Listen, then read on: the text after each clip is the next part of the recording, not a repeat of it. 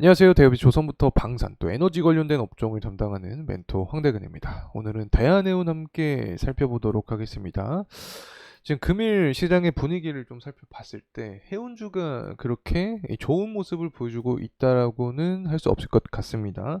이 대한해운을 제외하고 뭐 흥하해운이나 이 페노션, 뭐 HMN 같은 경우 이 주가의 모습을 봤을 때 이 약세의 현재 흐름을 보여주고 있는 상황이기 때문에 이 전반적으로 해운주는 금일 시장에서 약세 분위기를 형성을 해주고 있다. 자, 이렇게 말씀을 드릴 수 있을 것 같습니다.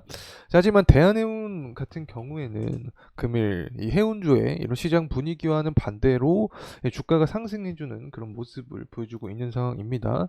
뭐 사실은 해운주가 다 똑같은 해운주라고는 제가 말씀을 드리지 않았습니다. 해운주의 뭐 대표적으로 예를 좀 들 수 있을 것 같은데 뭐 흥하해운이 있겠죠. 그리고 대한해운, 또 페노션, HMM을 대표적으로 볼 수 있을 것 같습니다. 앞에 이렇게 언급드린 세 가지는 일단 발틱 운임지수, BDI 지수랑 이 관계가 있는 종목이고, HMM 같은 경우에는 상하이 컨테이너 운임지수와 관련이 있다라고 설명을 드렸습니다.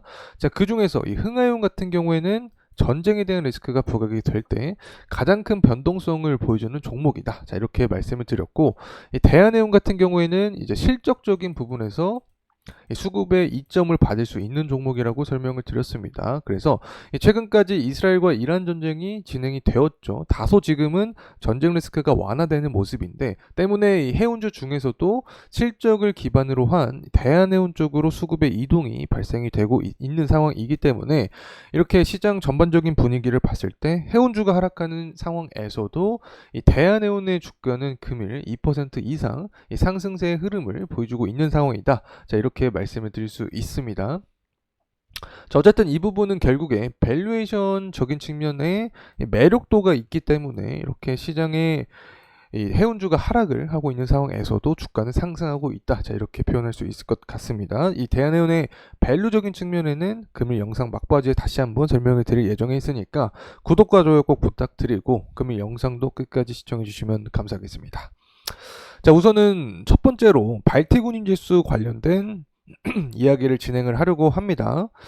최근에 단기적인 조정세를 보여준 것처럼 보이는 상황인데 관련된 원인은 과연 무엇인지 체크를 해보도록 하겠습니다.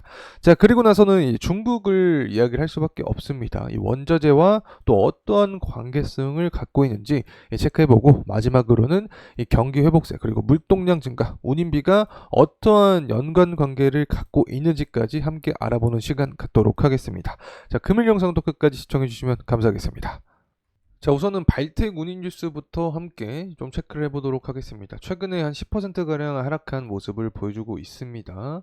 이 BDI 지표 자체는 뭐 100%는 아니지만 보라색 선이 대한해운의 주가인데 이 대한해운의 주가의 선행 지표로서 삼을 수 있기 때문에 우리가 앞으로의 주가 방향성을 볼 때 BDI 지표를 통해서 어느 정도 예측을 해볼 수 있다는 점 말씀을 드립니다.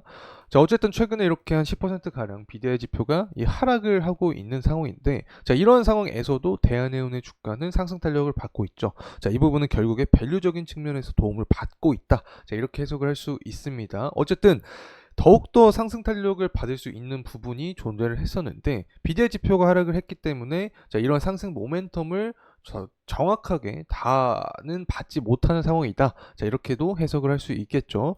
자, 그렇다면 BDI 지표가 왜 하락을 하고 있냐? 자, 이 부분을 좀 생각을 해보면 이 중국의 소매 판매 지표를 봐야 됩니다. 5월 17일 날 나왔습니다. 4월치가 나왔는데 예측치가 3.7%였는데 실제가 2.3%로 대략적으로 한 1.4%가량 하락한 채로 지표가 나왔습니다. 그렇기 때문에 소매 판매가 좋지 않은 모습을 통해서 이 경기가 좋은 모습을 계속해서 이어나가는 것은 아니다라는 그런 시장의 분위기가 형성이 되면서 이 비대 지표도 하락한 게 아닌가라고 생각하고 있습니다. 그리고 뭐 최근에 비대 지표가 단기적으로 많이 상승하는 모습을 보여줬기 때문에 이 부분에 의해서도 이 단기적인 조정세가 나와주는 게 아닌가라는 개인적인 해석을 하고 있습니다.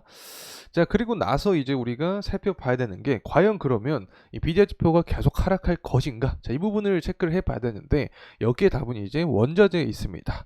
철광석에 대한 수요가 증가하면 비디아 지표가 상승한다라고 지난 시간을 통해서도 계속해서 말씀을 드렸는데 현재 철광석 가격은 견조하게 상승에 대한 흐름을 보여주고 있습니다.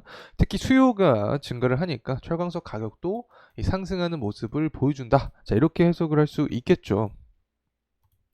자, 어쨌든 이렇게 철광석 가격이 상승하는 모습 자체는 결국에 경기가 아직까지 좋은 흐름세를 예상을 할 수 있다. 자, 이러한 시그널로 볼 수 있다는 점 말씀을 드리고 이 제조업 지표도 봤을 때 일단은 중국부터 보겠습니다. 중국의 제조업 지표 보게 되면 3월 31일 그리고 4월 30일 날 모두 예측치보다 실제가 높은 모습이었고 50이라는 숫자를 넘어줬습니다. 경기 확장을 바라보는 그런 국면으로 해석할 수 있다. 특히 5월 31일 날 발표가 나게 됩니다. 이때 만약에 예측치보다 실제가 더 높게 나와준다. 50보다 높은 모습을 보여준다. 그러면 철광석 가격은 더욱더 상승하는 모습을 우리가 예상을 할 수 있게 되는 거고 여기에 더해서 소매 판매까지 잘 나와준다. 그러면 해상 물동량 자체가 증가를 할 수 있게 됩니다. 그러면 운임비 상승까지 직결이 되면서 이 부분이 대한해운의 주가의 상승 트리거가 될 수 있다. 자, 이렇게 말씀을 드립니다. 자, 그리고 여기에 더해서 만약에 미국의 제조업 지표도 6월 3일 날